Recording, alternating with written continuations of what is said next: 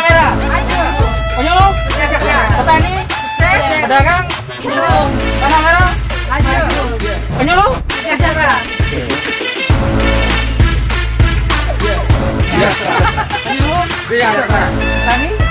Panah merah.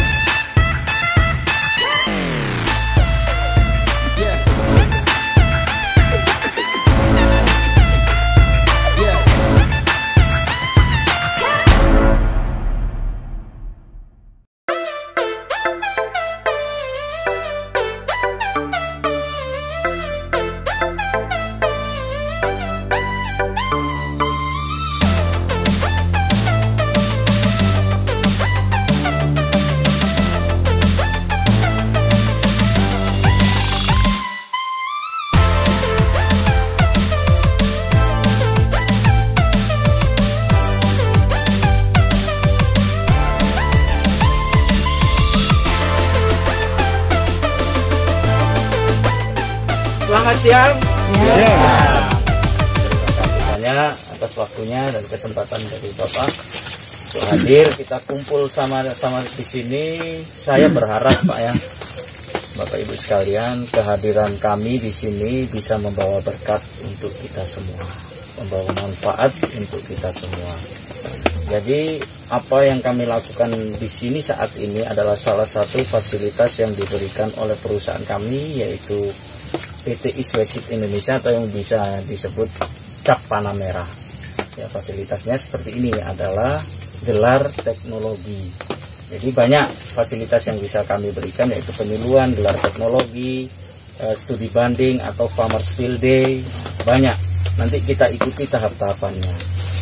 Saat ini kita ikuti tahapan di gelar teknologi. Apa sih pentingnya gelar teknologi ini? Adalah gelar teknologi ini kita lakukan supaya teman-teman petani ini selalu update teknologi. Jadi update itu artinya selalu memperbarui cara budidayanya, ya. Dan saat ini kita langsung saja kita fokuskan di cabai keriting. Jadi cabai keriting dengan cabai rawit sama sebenarnya caranya. Jadi biasanya ini kita langsung ini Bapak Ibu ya. Jadi saya sampaikan apabila ada yang ingin disampaikan atau ingin ditanyakan, tanyakan saja. Jangan nanti didengar dulu, nanti baru mau tanya so lupa. Ya, boleh? Boleh. Nah, jadi kita sama-sama di sini, di depan kita ada persemaian. Kenapa kami tunjukkan seperti ini? Supaya kita bisa diskusikan apa yang betul itu seperti apa gitu loh, ya. Jadi di persemaian khususnya cabai itu yang harus kita ketahui, yang pertama adalah umur semainya, ya. Umur semai cabai dengan tomat itu berbeda, ya. Kalau cabai itu standarnya adalah 21 hari, ya. Standarnya 21 hari. Kalau terlewat seperti ini, ya, jadi ada kalanya dia lebih tinggi, ya. Terus mengenai umur sudah ya, mengenai medianya, apa sih yang bagus media semainya ini? Kalau Bapak Ibu biasa gunakan apa? Saya tanya dulu, ini hanya contoh Pak ya, ini dadakan. Kalau Bapak Ibu apa? Yang biasa dipakai apa? Bedeng, Amor. Tanah. Terus ada lagi. Ada yang pakai begini, plastik. Begitu ya. Dulu Ya. Nah, jadi beberapa tipe cara penyemaian itu ada plus, ada minusnya. Jadi kita ambil contoh dulu bak semai atau potre ini dengan plastik es. Ya. Kalau apa sih bedanya? Sebenarnya lebih fleksibel, lebih gampang adalah menggunakan potre. Cuman secara finansial dia lebih mahal, ya. Kalau pakai plastik itu tenaga dan waktu, ya. Itu jadi pilihan Bapak Ibu sekalian, ya. Kalau mudahnya sebenarnya memang potre, Tapi milih potrai pun harus sesuai dengan tanamannya. Jadi kalau ini cocoknya untuk tomat. Kalau ini boleh untuk cabai. Kenapa? Lingkarnya, diameter lubangnya. Kita kaitkan dengan umur bibit. Jadi kalau umur bibit tomat itu kan ya sekitar 2 minggu sudah bisa dipindah. Dia tidak perlu tempat yang lebih besar. Tapi kalau cabai 21 hari baru dipindah, saya sarankan lebih besar. Sama seperti kita makin besar di lingkup yang kecil tidak bisa berkembang bagus. Ya. Makanya kalau di plastik itu umumnya digunakan plastik yang diameter sekitar 8 cm, 7 sampai 8 cm.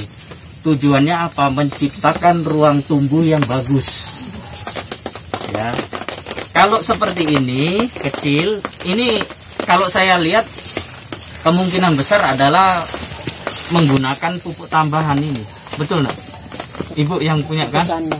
Nah, jadi kalau dengan media yang kecil begini, kita tidak berikan sesuatu perlakuan, tidak akan sebagus ini.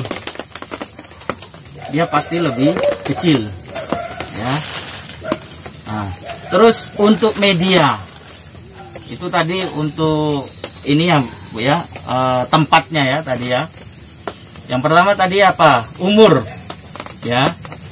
Umur persemaian, terus wadahnya. Sekarang media. Kalau media itu bagusnya kalau untuk persemaian, menurut Bapak Ibu apa? Tanah, jelas. Pupuk kandang, pakai. Terus arang sekam, pakai. Kalau ada, pakai. Ya. Kalau kami menyarankan Pak, dari ketiganya itu bagus, ya. Dari ketiganya bagus. Terus kalau untuk penggunaan pupuk kandang, saya sarankan, ya, harus upayakan pupuk kandang yang sudah matang. Artinya matang itu gampang Pak. Kalau dilihat itu warnanya gelap, seperti basah, tapi pada saat kita pegang, kita ramas tidak meleleh, tidak berbau. Ya, jadi kalau pupuk kandang yang sudah memenuhi kriteria itu bisa kita pakai. Tapi kalau belum, masih bau-bau, rawan. Jadi rawannya nanti ya kemungkinan layu atau pitium, rebah semai, ya seperti itu. Ya, usahakan kalaupun kita mau fermentasi sendiri, kalau untuk media semai kan kita enggak buru-buru carinya. Artinya, bulan depan kita bahas semai, ambil aja pupuk kandang dari kandang, taruh di dekat tabua, kaum siram dengan EM4. Tahu ya? Tahu EM4? Yang botol kuning, nah, untuk fermentasi. Nah, sudah banyak-banyak mungkin kumpulkan, siram, tutup saja. Jadi kalau kita perlu kurang ambil. Nah, terus saya menyarankan lagi, di sini banyak pohon bulu enggak? Nah, pohon bulu ya. Jadi kalau di rumpun pohon bulu itu usahakan kalau boleh mau cukur DP permukaan, cukur. Nah, campur akar. Nah, kalau di pohon bulu itu kenapa kita sarankan? Biasanya yang hidup di pohon bulu itu adalah kelas-kelasnya bakteri Trichoderma. Jadi Trichoderma itu apa sih kelebihannya? Trichoderma itu bisa membunuh jamur ataupun penyakit yang menyebabkan tanaman itu. Yang pertama, rebah semai. Biasanya kan di sini coklat, pengrubuh. Betul enggak? Betul. Jadi Trichoderma itu bisa membantu kita di tahap awal penyediaan media semai. Ya, kalaupun kita tidak bisa pakai Trichoderma, ya nantinya pada saat umur seminggu semprot fungisida. Ya, fungisida ya kelasnya boleh Bion M, boleh Ridomil Gold, boleh, dengan dosis yang minim supaya dia tidak rebah semai. Ya. Kalau untuk media bagaimana? Sudah paham atau tanyakan saja kalau belum paham, Bapak. Ini kita mau cari yang bagus Pak ya. Jadi kalau mau mengikuti akan lebih bagus. Jadi perbandingan antara tanah, pupuk kandang, arang sekam itu boleh perbandingan 1:1. Ya, 1 ember tanah, 1 ember pupuk kandang, arang sekam. Karena pertumbuhan awal itu penting. Ya, sudah? Tidak ada pertanyaan? Belum? Nah, ini saya ini terus ini Pak, karena mengingat waktu toh. Terus tadi mengenai pindah tanam di bedengan. Ambor. Mau gampang ambor punya itu. Dulu kan belum ada cerita pakai begini. Harus tahu resikonya. Ada Pak sebenarnya resikonya. Jadi sedangkan untuk media seperti ini saja, kalau saya menyarankan di baknya, di tempat tatakannya begini, itu usahakan dialas dengan plastik. Tujuannya apa? Kalau akar sampai tembus, biasanya kan kalau ini akarnya tembus. Iya tak? Nah, jadi akar tembus kalau kena plastik, dia tidak akan menembus. Kalau kita hanya taruh di sini, dia pasti tetap masuk ke pori-pori kayu. Ya, tujuannya apa? Pada saat kita pindah, kita kan tidak tahu lahan kita ini steril atau enggak. Betul enggak? Bapak bisa memastikan kalau enggak ada bakteri? Enggak kan? Nah, antisipasi awal adalah proteksi. Proteksinya itu yang pertama, usahakan akar jangan putus. Awas dengan plastik. Ya. Pada saat pindah, umumnya sama dengan tadi, hambor, kan pasti bongkar, pasti putus. Nanti itu ada, efeknya ada, pasti ada. Jadi kalau memang tidak pakai sarana itu tadi, usahakan pada saat mau pindah atau setelah pindah langsung ikut semprot fungisida. Usahakan yang sistemik, ya. Jadi ada perlakuan fungisida. Karena apa? Yang pertama luka, betul enggak? Luka pada saat ditanam di tanah. Di tanah ini kan, yaitu tadi tidak ada yang jamin dia sehat. Bakteri umumnya itu akan masuk dari luka. Ya, masuk dia dalam tanaman melalui luka. Dia dalam bulan pertama tidak kelihatan. Tapi kalau sudah umumnya, kalau dia kondisi pemupukan bagus, dia tidak akan kelihatan. Tapi pada saat dia mulai isi bunga, isi buah, taruh kira enggak, pasti ada yang layu. Pasti. Jadi kalau ada indikasi layu, penglayunya itu saya gambarkan begini. Saya ini tanaman pohon Pak ya. Jadi kalau layu karena bakteri itu satu kali begini. Tapi kondisi hijau, bukan ciri-ciri daun. Kalau ciri-ciri daun berbeda. Ya, kalau dia pagi seger, nanti siang begini, sore baru seger lagi, besok begitu lama-lama mati. Itu indikasinya adalah layu bakteri. Dan kalau kita mau ngelihat, biasanya dia cenderung pada 20 hari pertama itu paling cepat. Nanti 1 bulan, ataupun kalau kondisi paling bagus tanaman, itu mulai ngisi buah. Itu kelihatan layu. Nah, itu karena kesalahan pada awal tadi, penyemaian. Makanya pentingnya kita lakukan gelar teknologi ini, itu untuk menyampaikan informasi bahwasanya jangan sampai, aduh kiapa kok layu-layu ini Pak. Nah, karena belum tahu awalnya. Ya.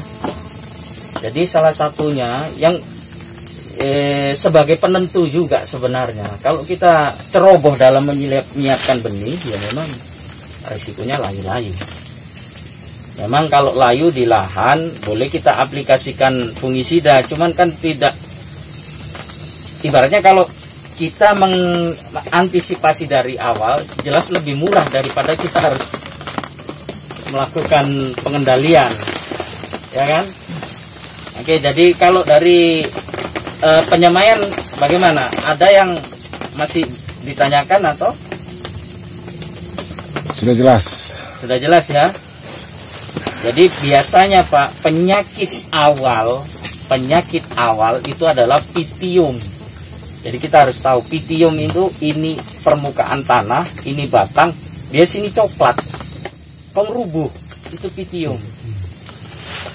saya mengingatkan kembali, kalau antisipasi untuk itu tadi yang paling murah dan mudah ukur di kulit tanah di rumpun bambu. Pernah enggak lihat rumpun bambu itu bambu itu kena penyakit? Jarang. Kalau kita belajar dari alam banyak, Pak. Kalau contoh ini kita melenceng sedikit, itu rumpun bambu, Pak ya. Pernah pasti tahu semua tentang pisang, betul enggak? Kalau pisang kita potong belum waktunya dia berbuah, dia tunas ulang enggak? Muncul ulang enggak? Muncul. Apa maksudnya itu kira-kira? Ada yang dipahami enggak? Belum. Pisang itu, Pak, dia mempunyai hormon alami. Jadi kalau hormon sama dengan ini, yang hormon buatan begini, ini hormon buatan. Kalau hormon yang alami itu sebenarnya ada pada pisang itu. Karena dia mempunyai giberlin yang cukup bagus. Giberlin itu adalah hormon perangsang pertumbuhan. Coba apa potong pisang yang belum dipeoras buah, pasti dia muncul lagi, betul enggak? Nah, cara memanfaatkannya gampang. Potong, kalau mau potong pisang atau tua, potong jangan potong sandar. Potong begini, bikin lubang. Di dalam pohonnya itu bikin lubang, tutup dengan daunnya. Dia kan nanti tak isi air. Airnya itu dari tanaman itu sendiri, dia berusaha untuk hidup. Giberlinnya dia keluarkan. Nah, kalau Bapak mau nyemprot penyubur atau merek Gandasil atau Atonik atau apa, boleh dicampurkan itu. Itu hormon alami. Ya, oke. Dari situ kita berjalan ke yang lain, ya, sebagai selingan saja.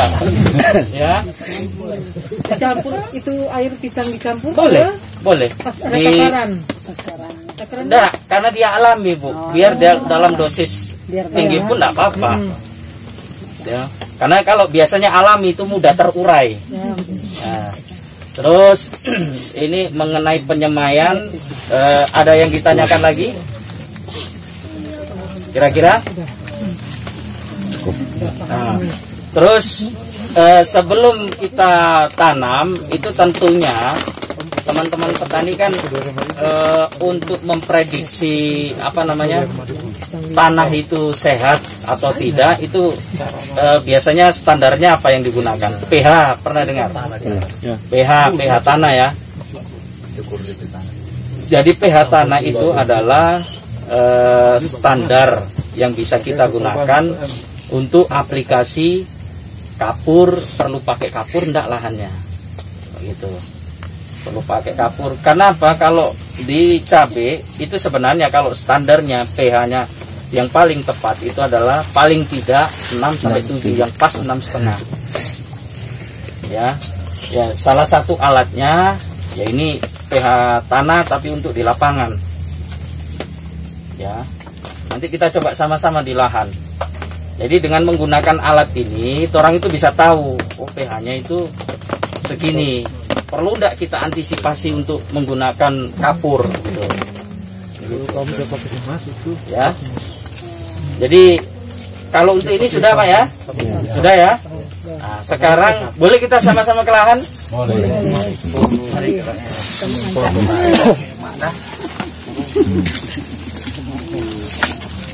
Dulu. Kita ambil di sini saja. Jadi pH tanah itu kan pentingnya adalah supaya kebutuhan tanaman itu bisa terpenuhi dengan bagus. Jadi implikasinya adalah nilai yang muncul.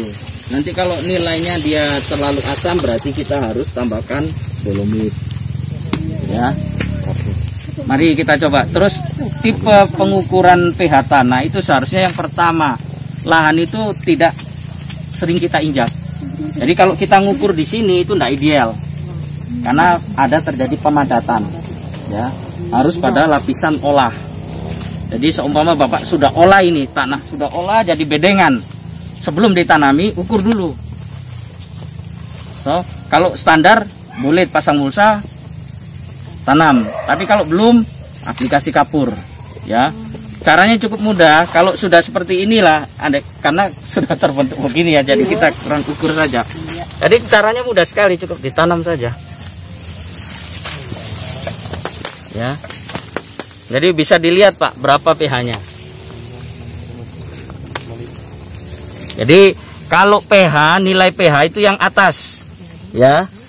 Ada angka 3 sampai 8. Jadi itu kan 6 lebih. Ya. Jadi masih kategori boleh. Ya, bagus, netral. Terus kalau untuk tahu kelembapan ini, tanah ini, kurang pencet tombol putih ini. Full lembab sekali karena baru hujan toh. Ya, kadar airnya tinggi sekali. Ya. Jadi kalau kita mau lihat kondisi tanah pun bisa sebenarnya dengan tahu kelembapannya. Kalau ini seharusnya dia kondisi, kalau lihat Pak, kalau model begini hujannya itu seharusnya 100%. Ya. Tapi kalau ini saya pencet itu hanya sekitar 70 lebih. Ini indikasinya tanah ini ada kandungan pasirnya. Jadi pasir, lihat berpasir kalau saya lihat di sini. Karena kelembapannya habis hujan saya pencet enggak tinggi 100. Saya bisa tahu. Oke. Ada yang suka mau coba silakan. Mari Pak, silakan. Cuman cucu. Apa itu? Orang juga penyuluh juga. Ah iya Pak. Mari Pak. Oh Michael, cari tempat lain. Cari tempat lain. Dari Pampa. Bunda. Tuh. Basin Foto ini. Silakan. Ini foto kan kita fotokan dua-dua.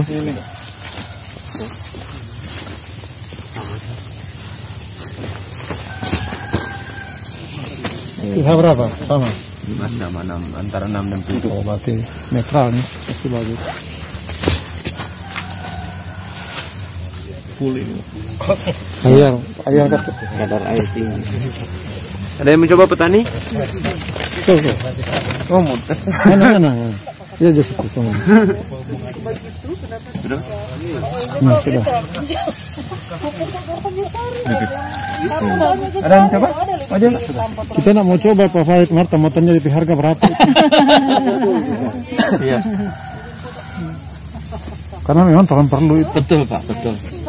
Terus kalau ada pertanyaan tadi, kalau untuk harga sebenarnya relatif Pak.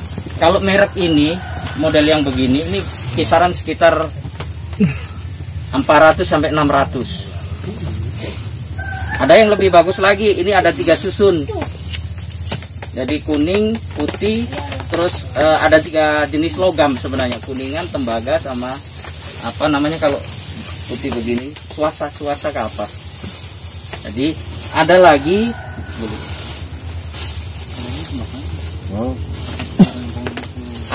yang lebih murah. Harganya itu sekitar 50 sampai 70 ribu ada. Bentuknya kotak begini, terus ada logamnya begini, lidi begini. Cuman akurasinya kurang tepat.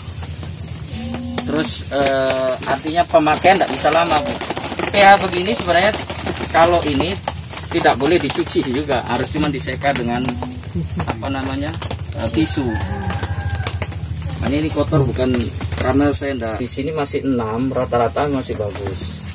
Terus makanya saya sarankan kalau kita sayang pada keluarga kita, anak cucu kita, saya sarankan penggunaan herbisida itu sedikit dikurangi. Kita pakai pola orang tua kita dulu, hanya pakai cangkul. Karena apa? Herbisida itu kan racun.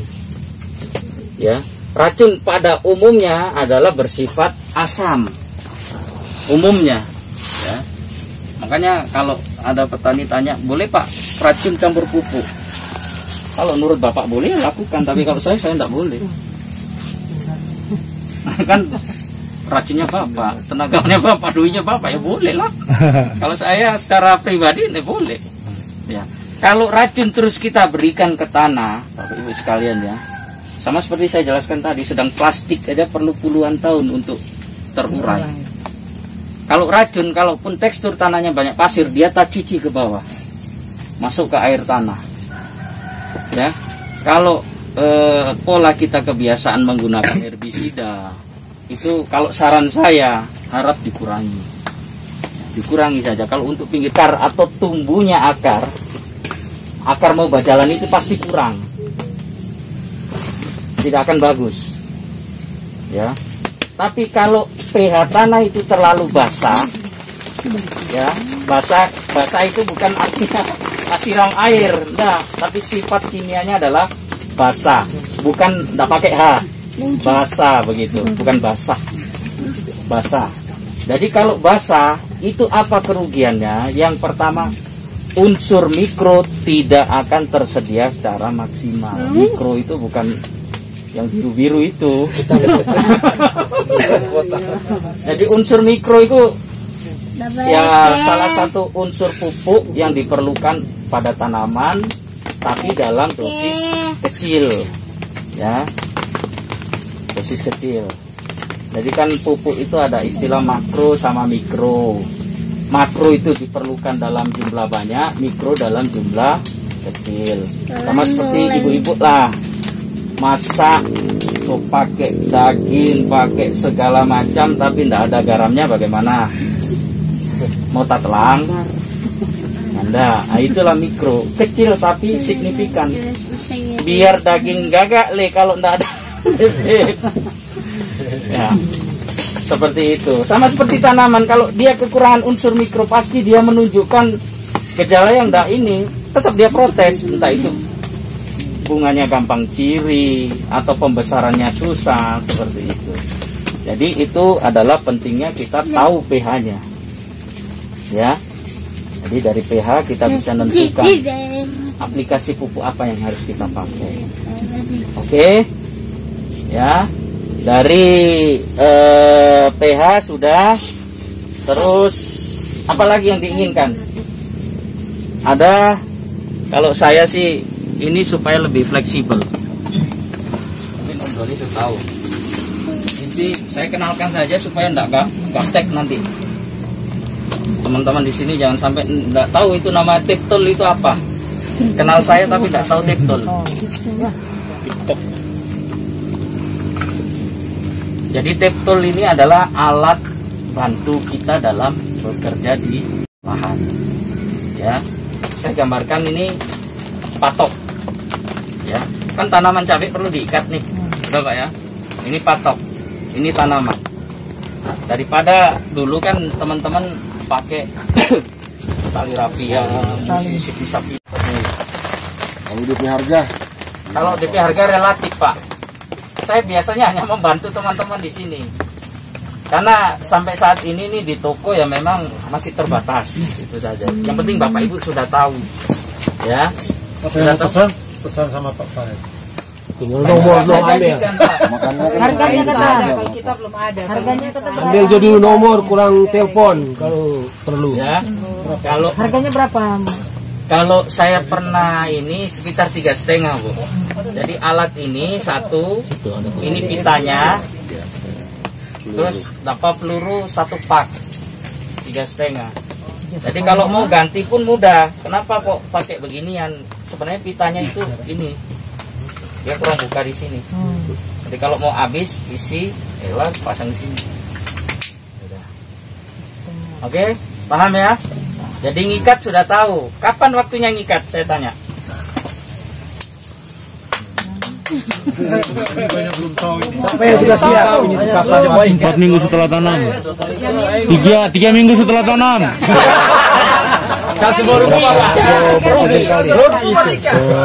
Jadi tipe Benar-benar begini ya, 3-4 minggu.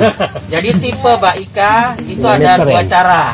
Yang pertama adalah Ika menggunakan tali gawar. Itu dua-duanya harus dipakai, Pak. Harus. Kalau Ika pangkal itu menggunakan ini. Jadi Ika pangkal itu usahakan kalau sudah mau muncul Y, jangan tunggu so tinggi baru pasang. Jadi dia muncul Ika di Y-nya sini. Ya. Iko Ika. Terus untuk patok atau ajir saya sarankan, karena ya saya yang tahu tanaman ini, saya yang tahu. Ya, saya sarankan pasang patok begini Pak. Jangan begini Mas ya. Terbuka. Karena apa? DP kanopi kita buka begini tanaman. Kalau tanaman bak kecil begini sama dengan pohon cemara nggak masalah Bapak pakai begini. Kan ini tak buka begini. Ya. Buka atas. Nah, Dia mesti buka atas. Pasti. ini resikonya ada Pak. Yang pertama, kalau Bapak tateru di musim penghujan, ini so pertumbuhan so lebih ini dia lebih lembab. Tak kumpul. Bapak mau semprot kalau cuma racun kontak di dalam, di tengahnya tidak akan dapat. Jadi saya sarankan pasang begini, ya, pasang begini. Karena jika kalau bisa begini Pak, ini tanaman ya, seumpama ini bedeng Pak ya, bedeng. Ini tanaman sisi sini dengan sini. Kalau mau pasang patok, melewati begini tidak apa-apa. Jadi tak pasang di sadiki batengan, begini. Tapi miring begini. Paham Pak ya? Nah. Pola dari luar. Terus Ika pangkal sudah, ya. Terus ini kita ngikat dulu, nanti baru si keluar cabang air ya. Jadi yang pertama, kalau ngikat pakai tali gawar jangan tunggu tinggi. Tali gawar, ada tali gawar? Ya di rumah anak bawah. Tapi tahu toh? Nah, usahakan kalau mau ikat tali gawar 1 jingkal sebelum tanaman. Jadi contoh, kalau ini toh, semua ini 1 jingkal sini ikat. Jadi berikut dia naik, orang kurang atur. Paham maksudnya? Beda dengan kalau so tinggi kong orang ika, banyak yang patah. Betul enggak? Betul enggak? Betul. Nah, terus ika pertama itu hanya ron. Toh, ika gawar ini Pak ya. Ika kedua ron prois.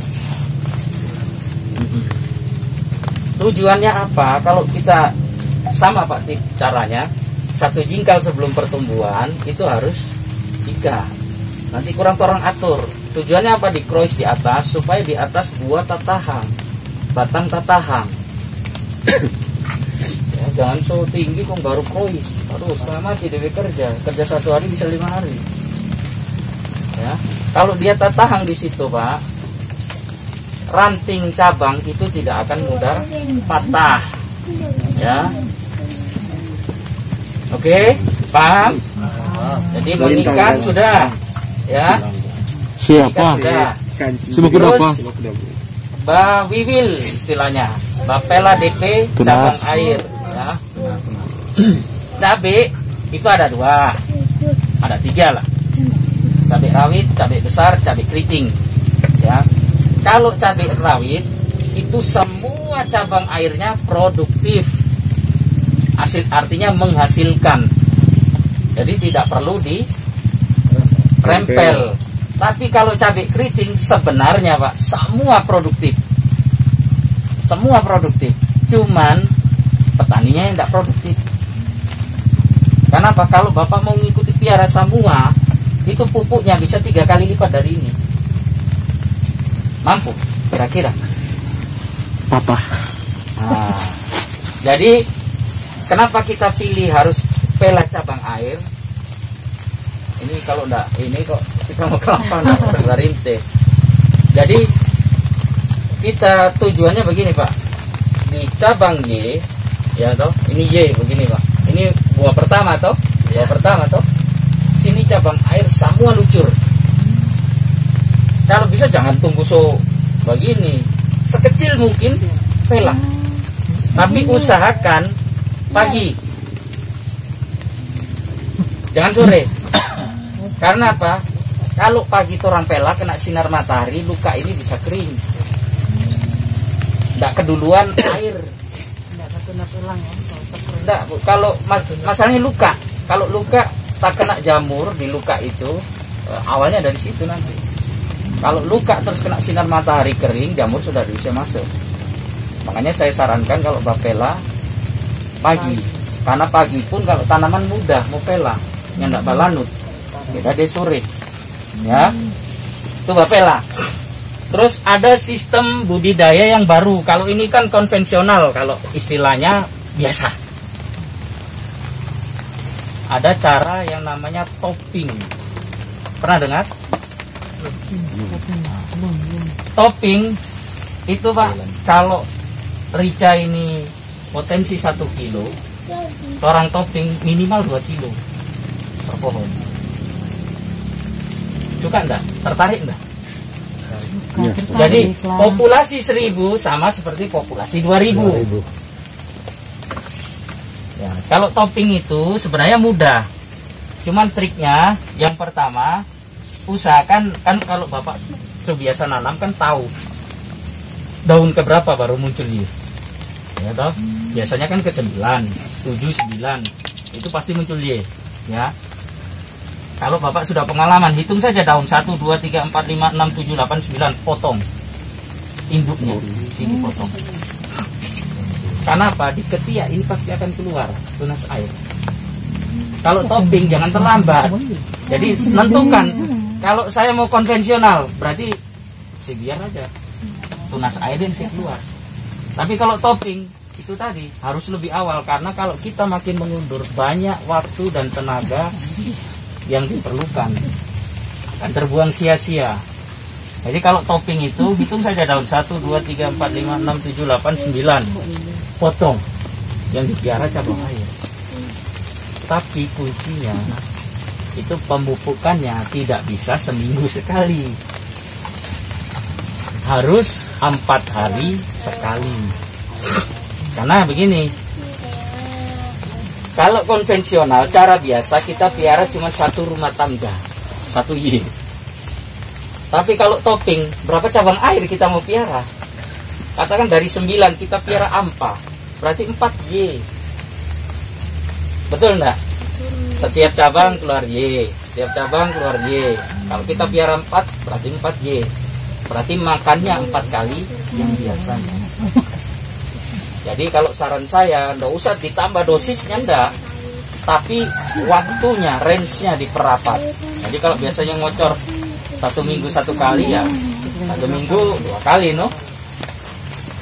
Paham ya?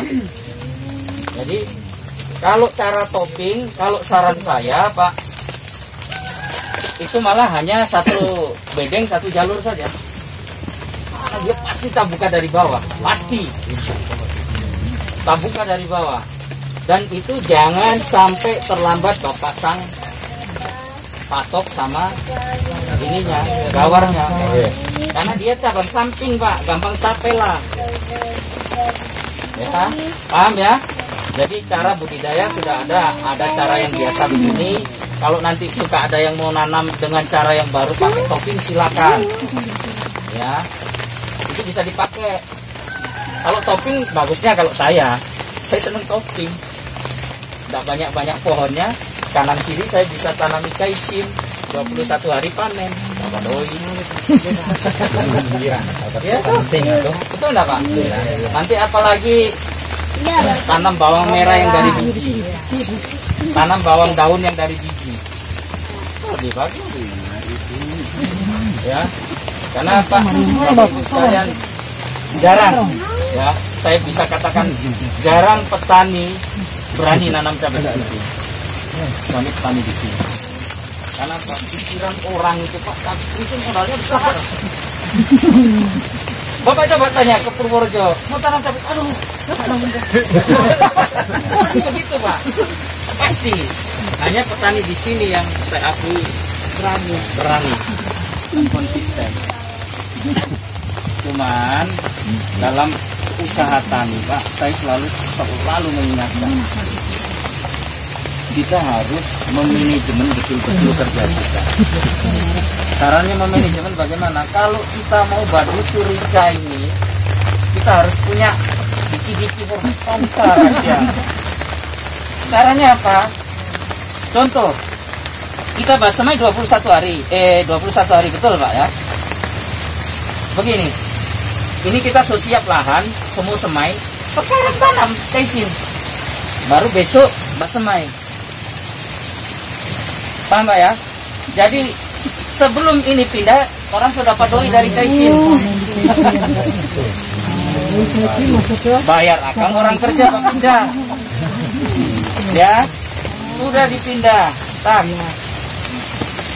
Langsung susul lagi dengan Kaisin lagi. Atau tanaman yang lain, yang penting beda familinya. Ya, bawang terserah. Kalau bawang kan sedikit panjang 2 bulan. Kalau Kaisin 21 hari doi. Kangkung boleh. Kan simple. Kalau kangkung Kaisin kan penyakitnya hanya gai. Orang semprot juga gai, juga ada racun gainya. Kena. Ya. Karena apa? Pentingnya di situ kalau cabai itu memang di samping pundak Pak yang kuat. Pokoknya harus kuat. Kita harus ditongga dengan tanaman sampingan yang putarannya lebih cepat. Oke, paham ya? Putaran terserah apa Bapak terserah. Kalau saran saya sayuran daun kalau di dalam gedengan. Ya. Terus kalau saya gatal sekali Pak lihat begini. Raga-raga. Tapi tidak mau doi. Bersihkan. Bersih. Begini Pak, ya. Kalau saya melihat ini Bapak adalah orang yang sangat kaya. Karena menyanyiakan lahan ini. Jadi kenapa saya sarankan Bapak Ibu sekalian ya, kalau menanam dalam satu petakan, kalau kita ingin aman ya, tanaman kita aman, pagar. Jadi pagarnya dengan pagar hidup, pagar yang menghasilkan.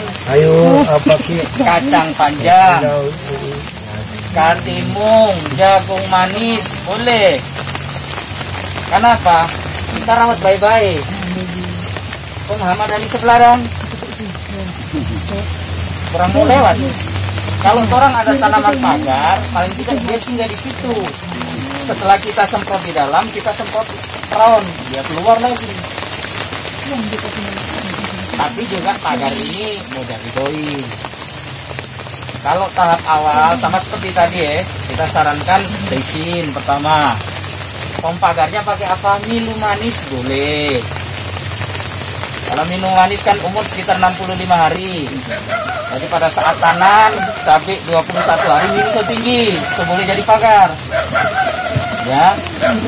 Setelah umur 65 potong. Ganti kacang panjang. Aman lagi. Ya, terganggu kita tapi lanjut. Ya. Jadi, sudah ya.